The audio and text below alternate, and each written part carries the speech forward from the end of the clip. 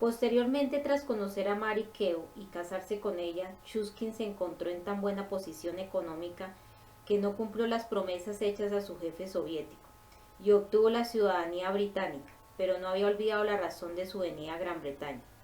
Y con vistas a asegurar su futuro, se preocupó por copiar información que a la larga pudiera ser útil a su madre patria. No hacía mucho tiempo, sin embargo, que había comenzado a darse cuenta de que estaba en una excelente posición. Si los soviéticos no le pagaban el precio que él solicitaba por la información, podía amenazarlos con contar a los británicos todo lo que sabía sobre cierta organización rusa. Esta era la razón por la que Chuskin había escrito en esa brillante mañana de mayo una carta en código a un corresponsal en Berlín, que no había tenido noticias de él en 15 años y ya no esperaba tenerlas, quien a su vez enviaría la carta a Gregor Borowitz en Moscú.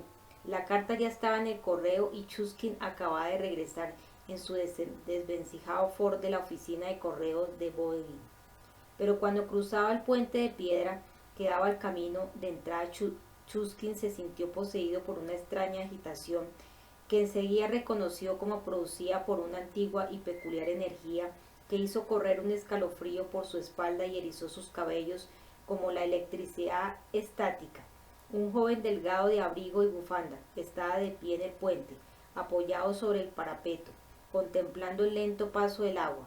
El joven alzó la cabeza cuando pasó el coche de Chuskin y sus ojos parecieron horadar la carrocería del coche y tocaron a Chuskin con su fría mirada. El ruso supo de inmediato que el forastero estaba dotado con poderes de percepción que excedían los de un hombre normal. Lo supo con absoluta certeza porque también él poseía facultades extraordinarias. Chuskin era un observador. Su talento consistía en el inmediato reconocimiento de las personas dotadas con poderes de percepción extrasensorial. Por lo que se refiere a la identidad del joven y el significado de su presencia allí en ese instante, había varias posibilidades. Podía tratarse de una coincidencia, de un encuentro accidental. No sería la primera ni la última vez que Chuskin tropezaba con una persona de estas características. Pero la percepción extrasensorial abarcaba una amplia gama de colores e intensidades, y este era muy intensa y color escarlata. Una nube roja en la mente de Chuskin. La presencia del joven también podía ser intencionada, puede que lo hubieran enviado. La organización británica también debía contar con observadores, y tal vez habían descubierto a Chuskin y lo vigilaban. Esta idea, teniendo en cuenta sus recientes viajes a Londres y lo que había descubierto acerca de la organización británica de espionaje mediante percepción extrasensorial, no era nada descabellada, y de repente sintió pánico y algo más, algo que debía dominar, algo que hizo que sus ojos brillaran cuando pensó en lo fácil que habría sido maniobrar con el coche y aplastar al desconocido contra el parapeto. La emoción que sentía era odio, el mismo odio profundo y abismal que siempre había sentido hacia todos aquellos dotados de poderes paranormales. Poco a poco la ira que sentía se fue desvaneciendo y Chuskin se miró las manos. Se había aferrado con tal fuerza a los bordes de la mesa que las puntas de los dedos estaban pálidas. Soltó la mesa y se reclinó en el asiento, respirando profundamente. Siempre sucedía lo mismo, pero había aprendido a controlar casi por entero sus emociones. Casi, si tan solo no hubiera enviado la carta a Borowitz. Quizás había cometido una grave equivocación. Tal vez debería haber ofrecido sus servicios a los británicos. Puede que aún estuviera a tiempo de hacerlo. Se actuaba sin demora, antes de que pudieran investigarlo en profundidad. Estos eran su estado de ánimo y sus pensamientos cuando llamaron a la puerta. Como se sentía culpable, sufrió un fuerte sobresalto. El estudio de Chuskin estaba en la parte de atrás de la planta baja y tenía grandes ventanas que daban a un pequeño patio. Se puso de pie y se dirigió por salones y pasillos hacia el frente de la casa. Cuando estaba a mitad del camino, otro timbrazo sacudió sus tensos nervios. Ya voy, gritó, pero aminoró el paso e hizo un alto en el interior del pórtico acristalado. Distinguió a través de los opacos cristales una figura que reconoció de inmediato. Era el joven del puente. Chuskin supo que era él por dos vías. Una era la de la simple observación y podía ser errónea. La otra era más segura, tanto como una impresión digital. Sintió otra vez la conmoción provocada por un peculiar campo energético y el calor del odio instintivo que sentía por los hombres dotados de percepción extrasensorial. Una oleada de emoción y de pánico despertó otra vez en él e hizo un esfuerzo para dominarse antes de abrir la puerta. Bien, se había preguntado quién era el extranjero. ¿No es verdad? Pues ahora parecía que la incógnita se despejaría en muy poco tiempo. De una manera o de otra descubriría qué era lo que pasaba. Shuskin abrió la puerta. ¿Cómo está usted?, dijo Harry Queo con una sonrisa, y le tendió la mano. Usted debe ser Víctor Shuskin, y me has dicho que es profesor de alemán y de ruso. Shuskin no cogió la mano de Queo y se quedó mirándolo fijo. Harry le volvió la mirada. Aún sonreía, pero se le puso la piel de gallina. Sabía que el hombre que tenía delante era el asesino de su madre. Apartó ese pensamiento por el momento, solo quería mirar al extranjero, al que pretendía destruir, y aprender todo lo que pudiera acerca de él. El ruso tenía alrededor de 45 años, pero parecía por lo menos 10 años más viejo. Tenía barriga y abundantes canas en su cabello oscuro. Las patillas se le prolongaban en una barba puntiaguda que enmarcaba una boca de labios carnosos. Tenía los ojos enrojecidos y muy hundidos. Su rostro era pálido y surcado por las arrugas. No parecía gozar de buena salud, pero Queo sospechaba que era peligrosamente fuerte. Además, sus manos eran muy grandes y su espalda ancha, a pesar de que estaba levemente encorvado. Erguido, debía de tener un poco más de 1,80 m de estatura. En conjunto, la suya era una figura impotente, si bien grotesca. Y como recordó una vez más, Queo era un asesino cuya sangre era fría como el hielo. Usted enseña idiomas, ¿no es verdad? Algo parecido a una sonrisa apareció en el rostro de Shuskin y un tic nervioso hizo estremecer uno de los ángulos de su boca. En efecto, respondió, su voz era suave y profunda y retenía un leve acento extranjero. Supongo que alguien le ha dado mi nombre. ¿Quién me ha recomendado? No, no ha sido precisamente así, respondió Queo. He visto su anuncio en los periódicos. Nadie me ha enviado. Ah, Shuskin era prudente. ¿Y quiere que yo le dé clases? Perdone si me muestro algo lento, pero en la actualidad nadie parece muy interesado en estudiar idiomas. Yo solo tengo 1 o 2 alumnos fijos. Claro que tampoco tengo tiempo para tomar a nadie más. Además cobro bastante. Pero ¿no aprendió lo suficiente en la escuela? Escuela no, instituto, lo corrigió Queo. Es la historia de siempre. Cuando me lo enseñaban gratis no tenía tiempo y ahora debo pagar para aprender. Me propongo viajar mucho, ¿sabe? Y pensé que... ¿Y quiere mejorar su alemán? Y mi ruso. En la mente de Shuskin sonó una alarma. Todo era falso, y él lo sabía. Además había algo más en ese joven aparte de su talento paranormal. Shuskin tuvo la extraña sensación de que lo conocía. Usted es un caso único, dijo por fin. En la actualidad no hay muchos ingleses que quieran ir a Rusia, y menos que deseen aprender la lengua de ese país. Irá por negocios o solo por placer, lo interrumpió Queo. ¿Puedo pasar?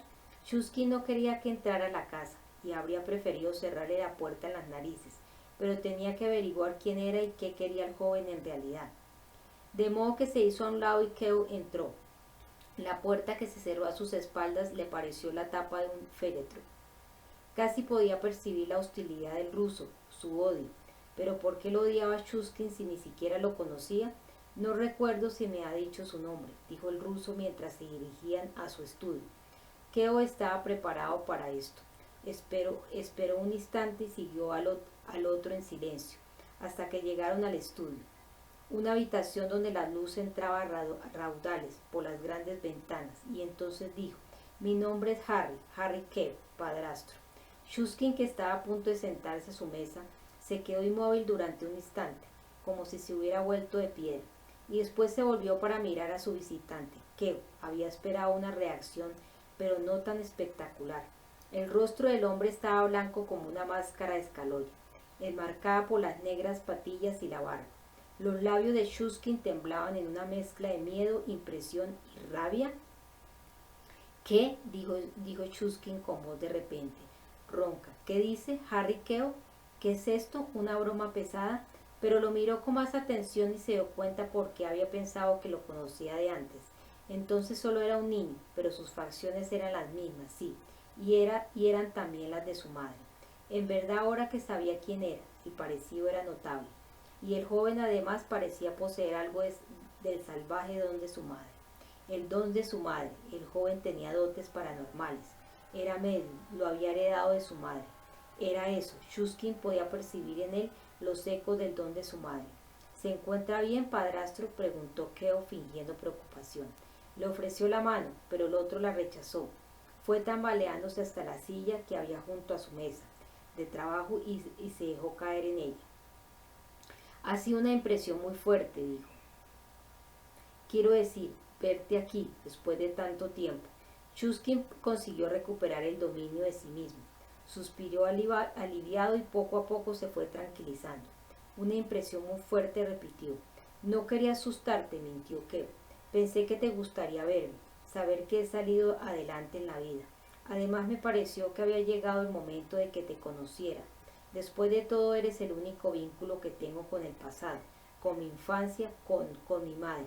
Tu madre, Chuskin se puso inmediatamente a la defensiva. Su cara había recuperado el color a medida que se iba tranquilizando. Resultaba evidente que no había sido descubierto por la Organización Británica de Espionaje PES, y sus temores eran infundados. Keo simplemente había ido a visitarlo, en un regreso a sus orígenes. El joven está interesado en su pasado, pero si de verdad era así, ¿qué era todo eso de aprender alemán y ruso?, preguntó con tono brusco. ¿Era necesario en realidad montar ese número solo para verme? Keo se encogió de hombros. Sí, reconozco que todo era una estratagema para conseguir verte, explicó, pero lo hice sin mala intención, solo quería ver si me reconocerías antes que yo te dijera quién era. Harry continuó sonriendo. Chuskin había recobrado el dominio de sí mismo, pero la ira le afeaba el rostro. Parecía un buen momento para dejar caer la segunda bomba. De todas formas, hablo alemán y ruso mejor. De todas formas, hablo alemán y ruso mejor que tú, padrastro. A decir verdad, podría darte clases. Chuskin se enorgullecía de su dominio de ambas lenguas. No podía creer lo que oía. ¿Qué decía este chico? ¿Que podía darle clases? ¿Estaba loco? Chuskin había enseñado idiomas antes de que Harry Keo naciera. El orgullo del ruso primó sobre sus confusas emociones y sobre el odio que provocaba en él toda persona dotada de percepción extrasensorial. ¡Ja! Eso es ridículo. Yo soy ruso. A los 17 años me gradué con honores en mi lengua materna. Yo obtuve mi diploma de alemán antes de cumplir los 20. No sé de dónde sacas esas ideas tan raras, Harry Keo, pero no me parecen muy sensatas. ¿De verdad crees que un par de cursos en el bachillerato pueden comprarse con el trabajo de toda una vida? ¿O lo dices adrede para fastidiarme? Keo continuó sonriendo, pero ahora era una sonrisa con aristas duras. Se sentó frente a Chuskin, que lo miraba con desdén, y llegó con su mente hasta uno de sus viejos amigos, Klaus Grunbaum, un antiguo prisionero de guerra que se había casado con una joven inglesa y después de la guerra se había establecido en Hartlepool. Grunbaum había muerto de un infarto en 1955 y está enterrado en el cementerio de Greyfriars Estate. No tenía la menor importancia que estuviera a unos 250 kilómetros de donde se hallara Harry. Grunbaum le respondió, habló con él y por medio de él, en un alemán rápido y perfecto, se dirigió a Chuskin sin dejar de mirarlo a los ojos. ¿Qué te parece mi alemán, padrastro? Sin duda reconocerás que ese es el acento de Hamburgo. Harry hizo una pausa y cambió su acento, el de Grunbaum, o quizá prefieras el Hochdeutsch, el acento de las élites refinadas que las masas tratan de imitar, o prefieres que hable de manera aún más inteligente como un filósofo quizá. ¿Eso te convencería? Muy listo, reconoció Chuskin con una sonrisa sarcástica. Había abierto mucho los ojos mientras Harry hablaba, pero ahora volvió a entrecerrarlos. Una demostración muy hábil de alemán dialectal, sí, y muy bien hablado, pero cualquiera puede memorizar en media hora unas cuantas frases. El ruso ya es otra cosa. La expresión de Keo se endureció todavía más. Le dio las gracias a Klaus Grunbaum y dirigió su mente hacia otra parte, hacia un cementerio de Edimburgo. No hacía mucho lo había visitado para pasar un rato con su abuela rusa, muerta antes de que él naciera. Ahora volvía a encontrarse con ella. La utilizó para hablar con su padrastro en la lengua materna de éste. Harry comenzó a hablar sirviéndose del perfecto dominio del ruso de su abuela. Incluso la mente de la mujer pronunció una diatriba sobre el fracaso del sistema represivo comunista, y solo se calló cuando varios minutos más tarde Chuskin exclamó: ¿Qué es esto, Harry? ¿Más tonterías aprendidas de memoria? ¿Qué te propones con todos estos trucos? A pesar de esta bravata, el corazón de Chuskin latía un poco más acelerado de lo normal. El muchacho hablaba como alguien que él había conocido, como alguien que había odiado. Cuando Keo le respondió, lo hizo utilizando todavía el ruso de su abuela, pero ahora hablaba desde su propia mente. ¿Y esto podría aprenderlo de memoria? Eres tan ciego que no puedes ver la verdad aunque la tengas frente a ti. Soy un hombre de talento, padre, mucho más de lo que tú podrías imaginar. Tengo aún más talento del que poseía mi pobre madre. Chuskin se puso de pie y se apoyó en la mesa. El odio brotó de él y pareció llegar hasta Kew de manera casi física, como una ola. Muy bien, respondió en ruso, de modo que eres un cabrón bastante listo. ¿Y qué? Has mencionado 2 veces a tu madre, Kew. ¿Qué quieres decir con eso? Parece como si quisieras amenazarme. Harry continuó hablando en el idioma de Chuskin. ¿Amenazarte? ¿Pero por qué, padrastro? Yo solo he venido a verte y a pedirte un favor. ¿Qué? ¿Tratas de hacerme quedar como un tonto y luego tienes el descaro de pedir favores? ¿Qué quieres de mí? Ya era hora de que dejara caer la tercera bomba. Keo también se puso de pie. Me contaron que a mi madre le encantaba patinar, dijo, en perfecto ruso. El río pasa muy cerca al jardín. Me gustaría volver a visitarte en invierno. Quizá entonces estarás menos nervioso y podremos hablar con más tranquilidad. Puede que traiga mis patines y vaya al río helado, como lo hacía mi madre, allí abajo donde termina el jardín. Chuskin, otra vez pálido como un muerto, se tambaleó y se sostuvo cogiéndose al borde de la mesa. Después sus ojos relampaguearon de odio y mostró los dientes en una mueca de furia. Ya no podía contener su ira, su odio. Debía golpear a este cachorro, arrogante, tenía que tumbarlo, tenía que.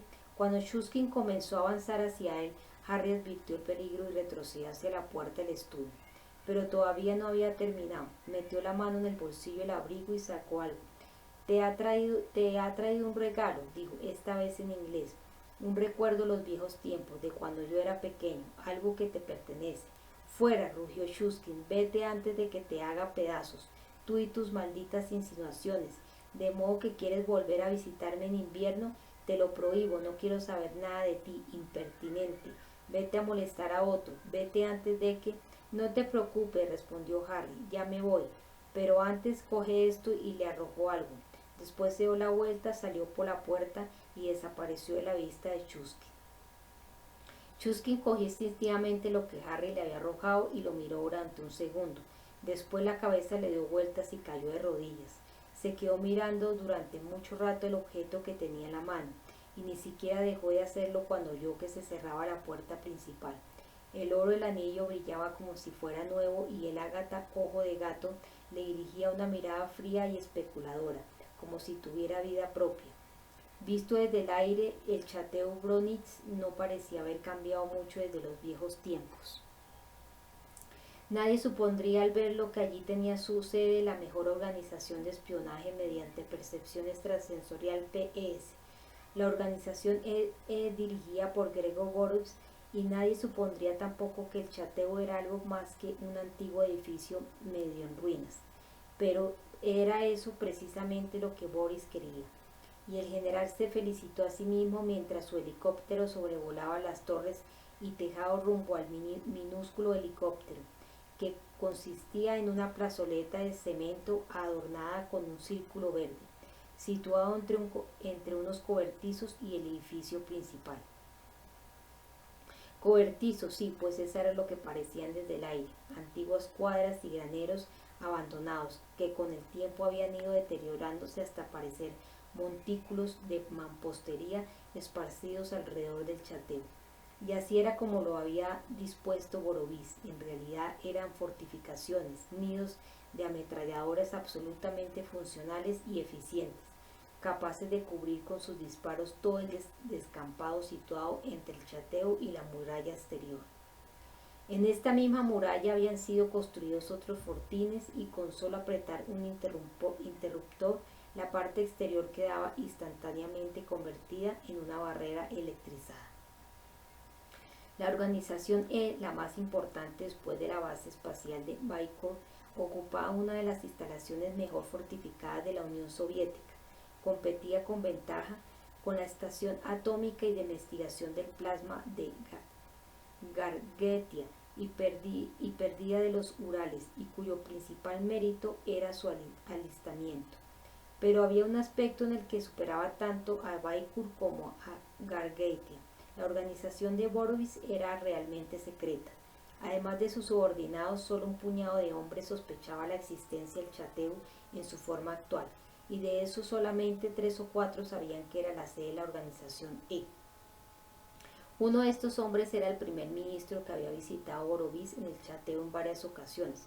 Otro y mucho menos conforme con el hecho era Yuri Andropov, que no lo había visitado nunca y nunca lo haría, al menos invitado por Borovich.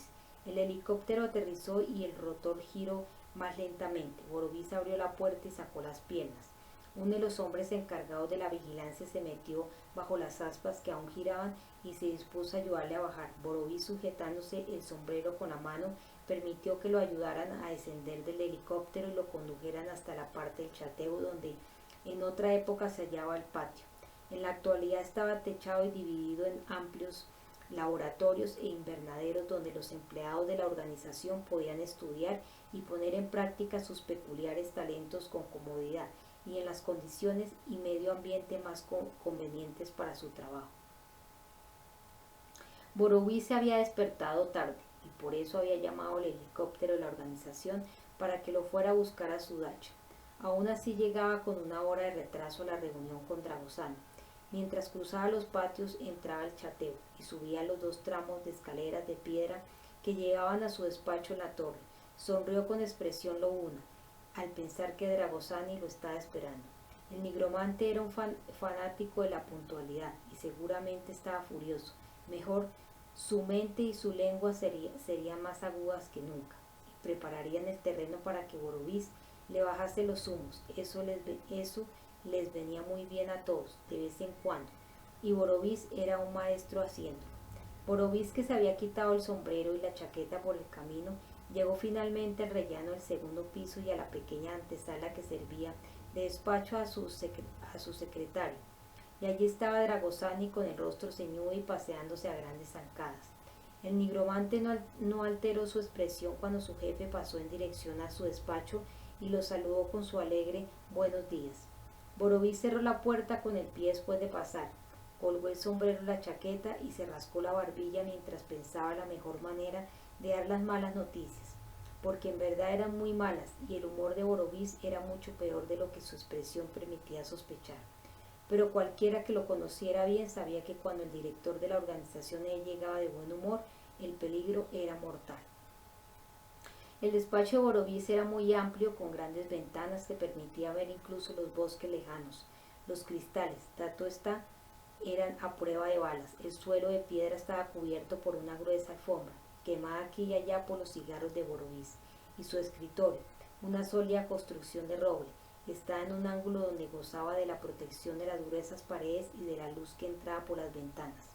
Borovich se sentó ante su mesa, suspiró y encendió un cigarrillo antes de apretar un botón en su interfono y decir: «Ya puede pasar, Boris, pero antes de entrar sea buen chico y deje su cara de mal humor fuera». Dragosani entró, cerró la puerta con más fuerza de la necesaria y se dirigió con pasos de gato a la mesa de Borovich.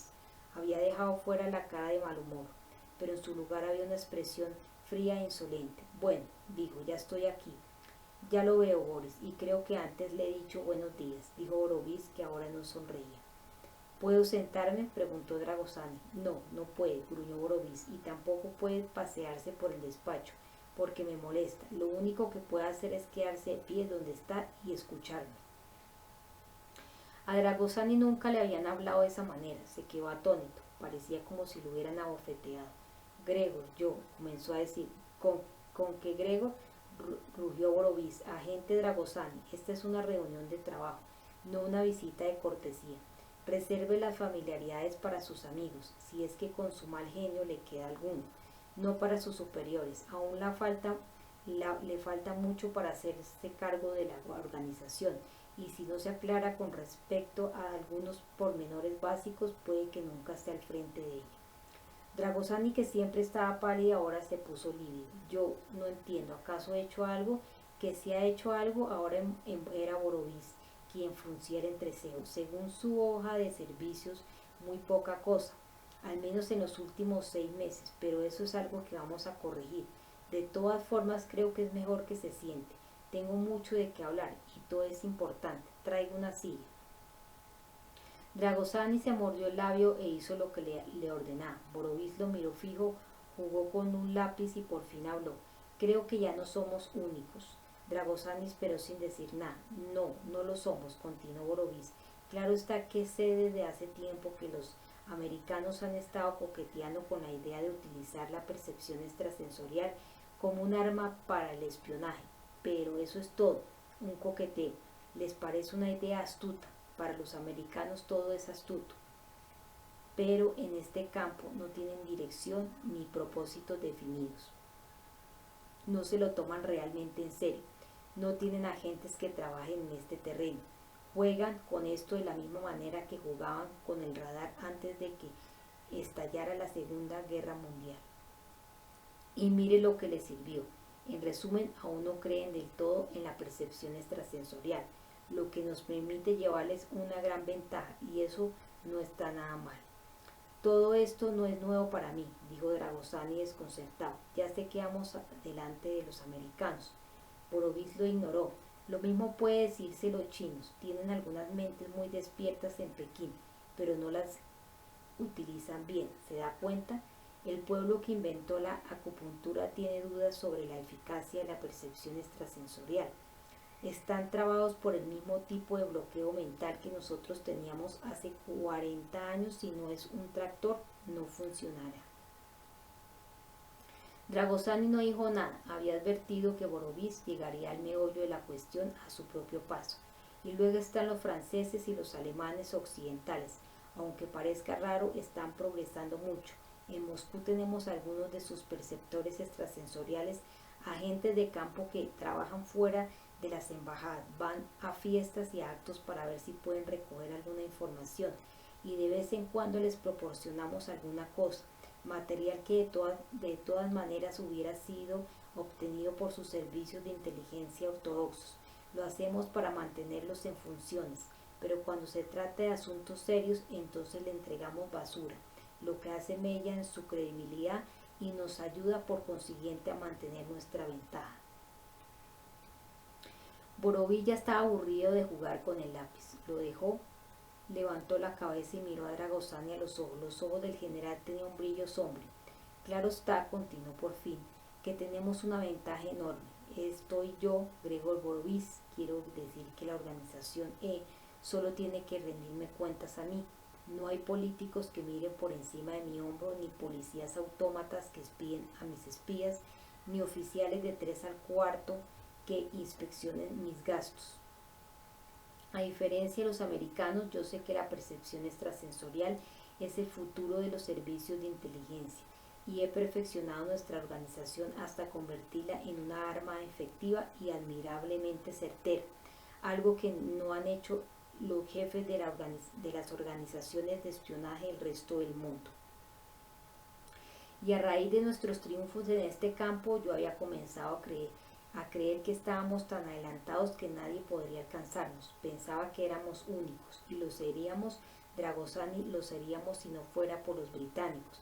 Olvídese de los americanos y de los chinos, de los alemanes y de los franceses. Con ellos nuestra ciencia está todavía en pañales, pero los británicos son otra cosa, algo completamente distinto. Salvo lo último, todo lo anterior era cosa sabida para Dragosani. Era evidente que Borovis había recibido de alguna de sus fuentes información concerniente a los ingleses que le había parecido muy inquietante. El nigromante rara vez tenía noticias del resto del aparato de Borovis, y se sintió muy interesado. Se inclinó hacia adelante y dijo: ¿qué sucede con los ingleses? ¿Por qué está tan preocupado? Creía que estaban a kilómetros de distancia, como todos los demás. También yo lo creía, sintió Borovis con expresión sombría, pero no es así, y eso significa que sé mucho menos de ellos de lo que pensaba, y eso a la vez significa que quizás estén realmente más adelantados. Y si de verdad son tan buenos, ¿cuánto saben de nosotros? Incluso una pequeña cantidad de información sobre nosotros les daría ventaja. Si hubiera una tercera guerra mundial, Dragosán, y usted fuera un miembro de los servicios de inteligencia británicos que conociera la existencia del chateo Bronisti, donde aconsejaría a sus fuerzas aéreas que dejaran caer las primeras bombas, hacia donde dirigía su primer misil. Dragosani encontró esto bastante exagerado y se sintió obligado a responder: es imposible que conozcan mucho acerca de nosotros.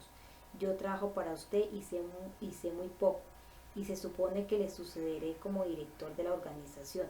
Boronis parecía haber recuperado algo de su buen humor. Sonrió, aunque con cierta ironía, y se puso de pie. Venga, dijo. Podemos hablar mientras caminamos. Usted y yo iremos a ver lo que tenemos aquí en este viejo lugar. Vamos a mirar de cerca este núcleo, este cerebro niño que tenemos, porque aún es un niño. Puede estar seguro de eso, un niño, sí, pero también el futuro cerebro que guiará los músculos de la madre Rusia. Y el robusto director de la organización con las mangas de la camisa aleteando, salió a toda prisa del despacho. Dragosani, pegado a sus talones, tenía que ir casi al trote para no quedarse atrás. Se dirigieron a la parte más antigua del chateo, lo que Borovis llamaba los talleres.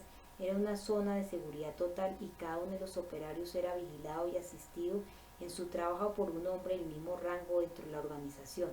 Podía parecer similar a lo que en el mundo occidental se llamaba sistema de equipo, pero en el chateo se utilizaba para asegurar que ningún agente pudiera ser el único receptor de una información, y era el modo que tenía Borovis de asegurarse de que él personalmente recibiría toda la información considerada importante. Había desaparecido los candados, los guardias y los hombres de la KGB. No había nadie de la banda de Andropov, y los mismos agentes de Borovis se tomaban en los trabajos de seguridad interna. Las puertas de las celdas PS se cerraban y abrían con un sistema electrónico activado mediante códigos contenidos en tarjetas de plástico, y solo había una tarjeta maestra que, claro está, se hallaba en poder de Borovis. En un pasillo iluminado por azules lámparas fluorescentes, Borovis introdujo la tarjeta en la ranura y Dragosani lo siguió al interior de una habitación donde se veían monitores de ordenadores y mapas murales, y había estantes y estantes llenos de mapas y atlas, cartas de navegación, detallados planos de las ciudades y puertos más importantes del mundo, y una pantalla en la que continuamente aparecía información meteorológica actualizada de todo el mundo. El lugar muy bien hubiera podido ser la antesala de un observatorio o la sala de control de un pequeño aeropuerto, pero no era ninguna de las dos cosas. Dragosani ya había estado allí y sabía exactamente lo que había en la sala, pero aún así continuaba fascinándolo. En la habitación se encontraban dos agentes que se pusieron de pie cuando entró Borovis.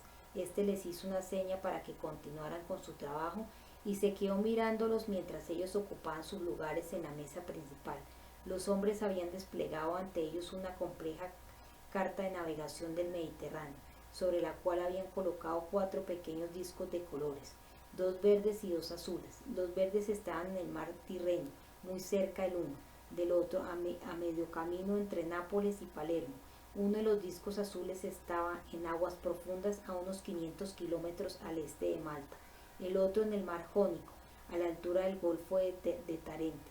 Los dos agentes, bajo la atenta mirada de Borovis y de Dragosani, continuaron con su trabajo, sentados a la mesa con la barbilla apoyada en las manos, miraban los discos situados sobre la carta de navegación. ¿Conoce el código de colores?, preguntó Borovis en voz muy baja. Dragosani hizo un gesto negativo: verde para los franceses, azul para los americanos. ¿Sabe lo que están haciendo? Sitúan en la carta los submarinos y trazan su derrotero, respondió Dragosani bajando la voz.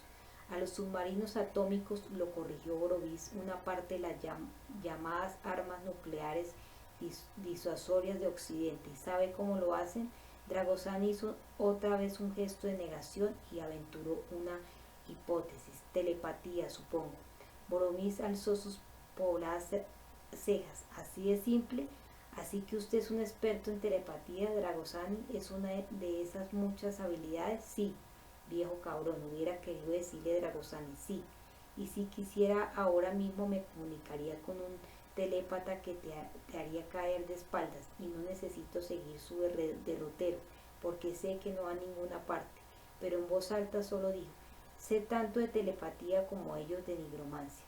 No podría sentarme con ellos, contemplar las cartas de navegación y decirle a usted dónde están o a dónde se dirigen los submarinos asesinos.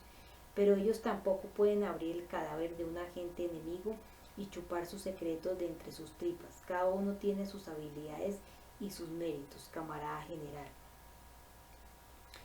Mientras Dragosani hablaba, uno de los agentes dio un respingo, se puso de pie y fue hasta una pantalla donde se veía una perspectiva aérea del Mediterráneo, obtenida mediante uno de los satélites soviéticos. Italia estaba cubierta de nubes y el Egeo estaba brumoso, pero el resto de la fotografía presentaba cielos despejados. El agente manipuló un teclado que había en la base de la pantalla y un círculo luminoso verde que indicaba la situación del submarino al este de Malta comenzó a parpadear. El agente apretó otras teclas y Boromir dijo: este submarino gabacho ha cambiado de derrotero. Nuestro agente está introduciendo las coordenadas del nuevo rumbo en el ordenador. El hombre no es muy exacto, pero de todos modos tendremos la confirmación de nuestros satélites en una hora aproximadamente. El caso es que tuvimos la información primero. Estos hombres son dos de nuestros mejores agentes, pero solo uno de ellos advirtió el cambio de rumbo, comentó Dragosani. ¿Qué pasó con el otro? Ve cómo no lo sabe todo, Dragosani. El que advirtió el cambio no es telépata, solo es un sensitivo, sensible a la actividad nuclear, conoce la situación de todas las centrales nucleares y depósitos de residuos radiactivos, de todas las bombas atómicas, misiles y depósitos de proyectiles, y de todos los submarinos atómicos del mundo, y con una sola e importante excepción, y ya hablaré de eso dentro de un minuto.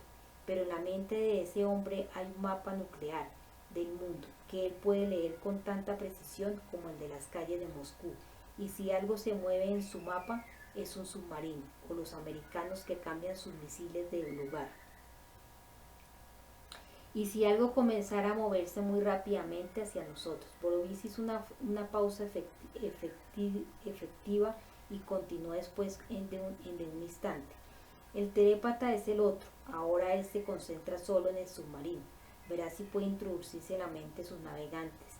Y si hay algún error en el derrotero que su compañero ha trazado en la pantalla, intentará corregirlo. Esos dos agentes van mejorando día a día.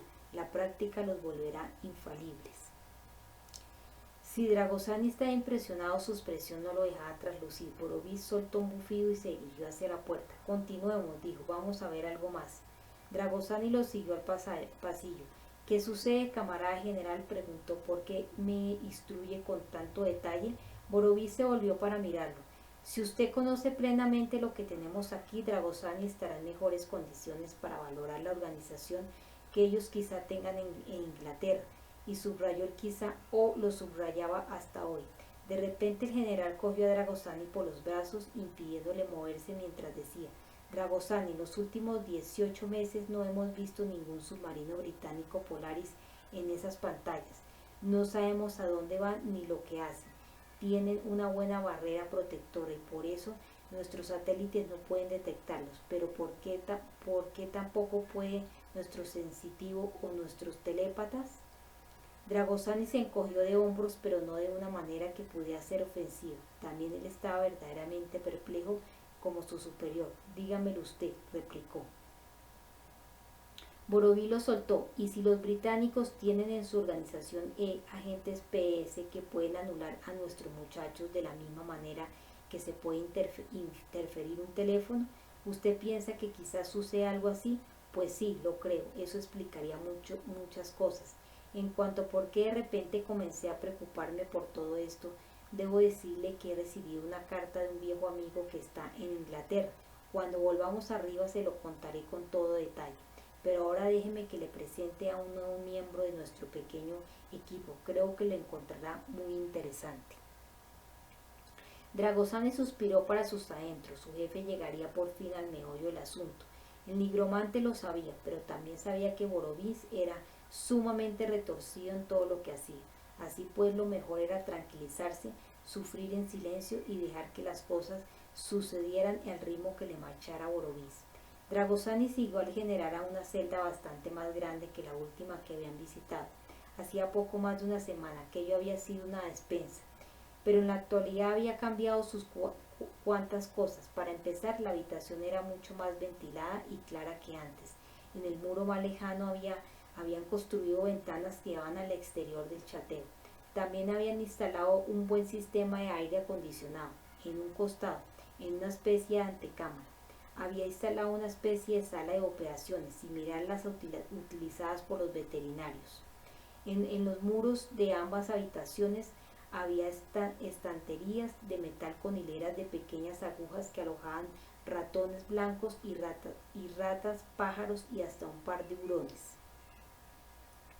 Un hombre de poco más de 1,60 m, vestido con una blusa blanca, iba de jaula en jaula, riendo y hablando con los animales y tocándolos a través de los barrotes con sus cortos dedos. Cuando Dragosani y Borovis entraron en la habitación, se volvió para mirarlos. El hombre tenía los ojos rasgados y la tez de un moreno levemente amarillento. Tenía una fuerte mandíbula, pero aún así se las arreglaba para parecer jovial. Cuando sonrió, toda la cara se le llenó de arrugas y sus ojos verdes chispearon como iluminados por una luz interior. Se inclinó en una reverencia, primero ante Borovis y luego ante Dragosani, y cuando lo hizo, el anillo de cabello castaño y volandero que rodeaba la tonsura de la parte superior de su cabeza pareció un halo que se hubiera deslizado levemente de la posición correcta. Dragosani pensó que aquel individuo tenía algo monástico y le hubieran sentado muy bien unas sandalias y una sotana.